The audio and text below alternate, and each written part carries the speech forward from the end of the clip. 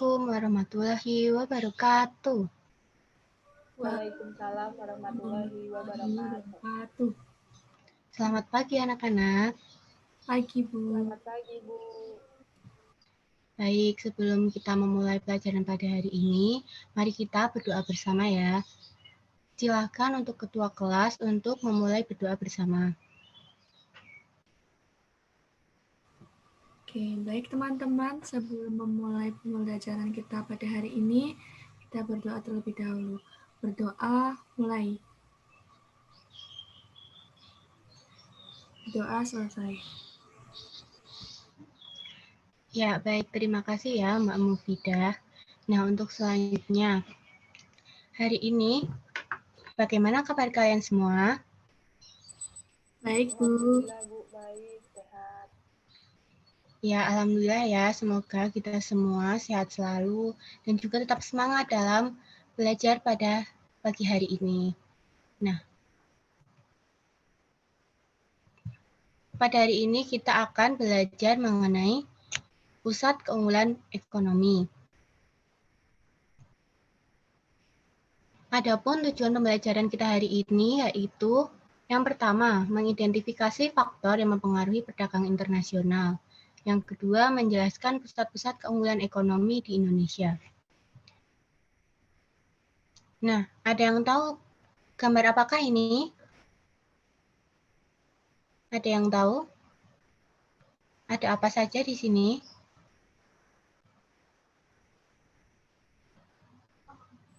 Ada gambar uang, Bu. Ya, benar. Ada apa lagi ya?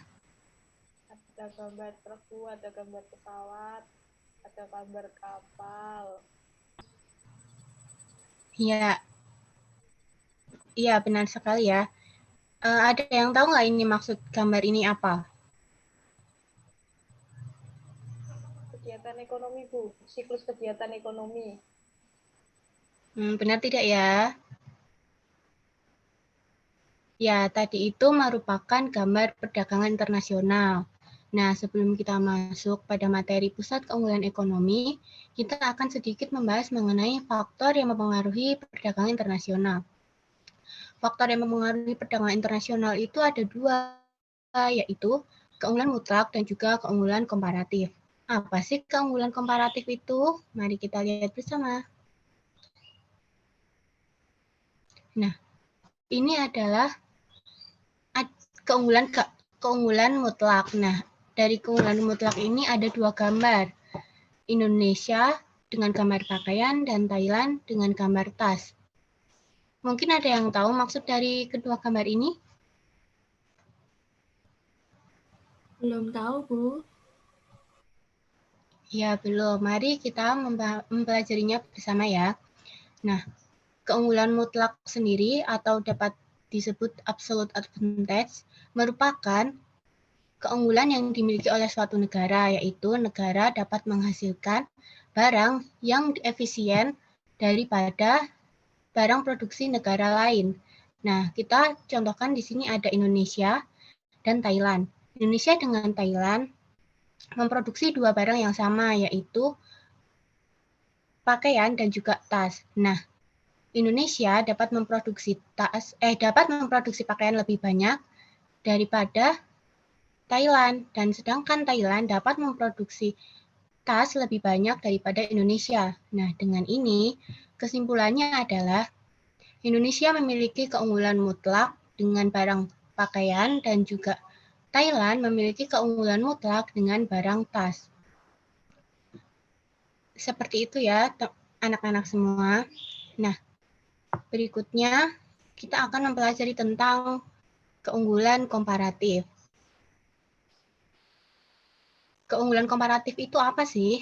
Nah, keunggulan komparatif itu dapat disebut juga comparative advantage.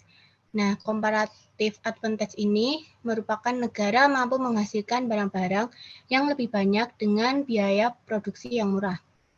Di sini ada dua gambar juga, Indonesia dengan kelapa sawit dan Malaysia dengan timah.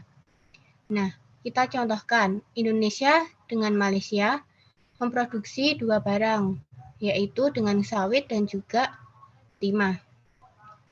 Nah, Indonesia mampu memproduksi kelapa sawit dengan lebih banyak dengan biaya yang murah dibandingkan dengan Malaysia yang dapat memproduksi timah dengan biaya yang jauh lebih murah. Nah, kesimpulannya adalah Indonesia memiliki keunggulan komparatif dengan dapat memproduksi kelapa sawit lebih murah, dan juga Malaysia memiliki keunggulan komparatif dengan dapat memproduksi timah lebih murah. Nah, berikutnya kita akan masuk pada materi pusat-pusat keunggulan ekonomi bangsa. Nah, pusat-pusat keunggulan ekonomi bangsa ini ada beberapa ya. Yang pertama ada PT Freeport Indonesia. PT Freeport adalah sebuah perusahaan afiliasi dari Freeport-McMoRan Copper and Gold Inc. PT Freeport Indonesia itu menambang, memproses, dan melakukan eksplorasi terhadap biji yang mengandung tembaga, emas, dan perak. PT Freeport ini beroperasi di daerah dataran tinggi di Kabupaten Mimika, Provinsi Papua, Indonesia. Freeport Indonesia memasarkan konsentrat yang mengandung tembaga emas dan perak ke seluruh penjuru dunia. Salah satu kontribusi dari PT Freeport untuk negara Indonesia ini yaitu menyediakan lapangan pekerjaan bagi sekitar 30.000 orang di Indonesia loh. Nah, dengan rincian karyawan PT Freeport terdiri dari 68% karyawan nasional, 30% karyawan Papua, serta 2% karyawan asing. Yang kedua ada perusahaan tambang minyak negara atau PTMN. Perusahaan tambang minyak negara itu dapat dicontohkan seperti kilang minyak atau oil refinery. Nah, kilang minyak adalah pabrik atau fasilitas industri yang mengolah minyak mentah menjadi produk petroleum yang bisa langsung digunakan maupun produk-produk lain yang menjadi bahan baku bagi industri petrokimia. Produk-produk utama yang dihasilkan dari kilang minyak antara lain minyak bensin, minyak diesel, minyak tanah. Nah, kilang minyak merupakan fasilitas industri yang sangat kompleks dengan berbagai jenis peralatan, proses, dan fasilitas pendukungnya. Namun, pada pelaksanaannya, perusahaan atau pabrik ini bisa menjadi pusat keunggulan ekonomi negara. Contoh-contoh kilang minyak yang ada di Indonesia itu seperti yang berada di Kilang Pangkalan Berandan, Kilang Dumai, Kilang Cilacap, Kilang Balikpapan, Kilang Kasim, Kilang Balongan, dan juga Kilang Cepu. Nah, berikutnya ada yang mau tahu tidak gambar apakah ini? Saya, Bu. Itu gambar Ya, batik, Bu, salah satu kearifan lokal Indonesia. Ya, benar ya. Ini adalah gambar batik, salah satu kearifan lokal Indonesia. Nah, batik itu juga merupakan pusat keunggulan ekonomi loh. Batik merupakan salah satu hasil ekonomi kreatif yang dikembangkan Indonesia sejak dulu. Beberapa wilayah di Indonesia menghasilkan kain batik berdasarkan ciri khas dari masing-masing daerah. Batik yang terkenal di Indonesia itu berasal dari Surakarta, Yogyakarta, dan juga Pekalongan. Corak batik dari masing-masing daerah tidaklah sama, tergantung dari kebudayaan daerah tersebut.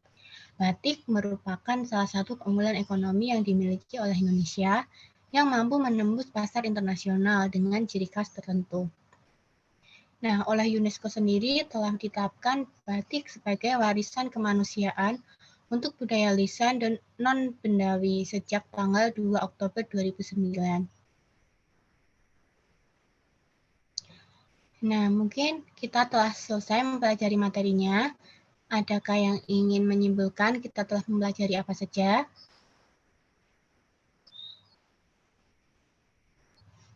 Saya, Bu, hari ini kita sudah mempelajari mengenai keunggulan komparatif sama keunggulan mutlak. Selain itu, kita juga sudah mempelajari mengenai pusat-pusat keunggulan di Indonesia, yaitu ada Freeport, yang kedua ada tambang minyak, dan yang ketiga ada batik Indonesia.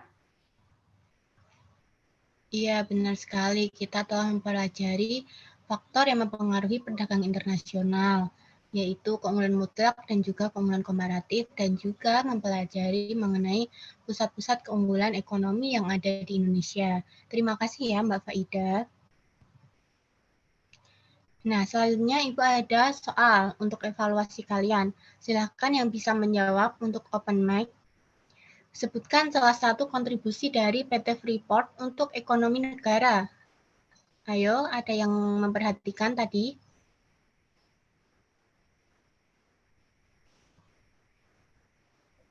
Hanya Bu menyediakan lapangan pekerjaan. Ya, benar. PT Freeport itu telah menyediakan lapangan pekerjaan bagi warga Indonesia. Dengan tadi ada rinciannya 68% warga nasional, 30% orang Papua, dan 2% orang asing. Terima kasih ya. Nah, berikutnya, setelah mempelajari materi kita hari ini, bagaimana kesan-pesan kalian selama mengikuti pelajaran hari ini? Ada yang ingin berpendapat?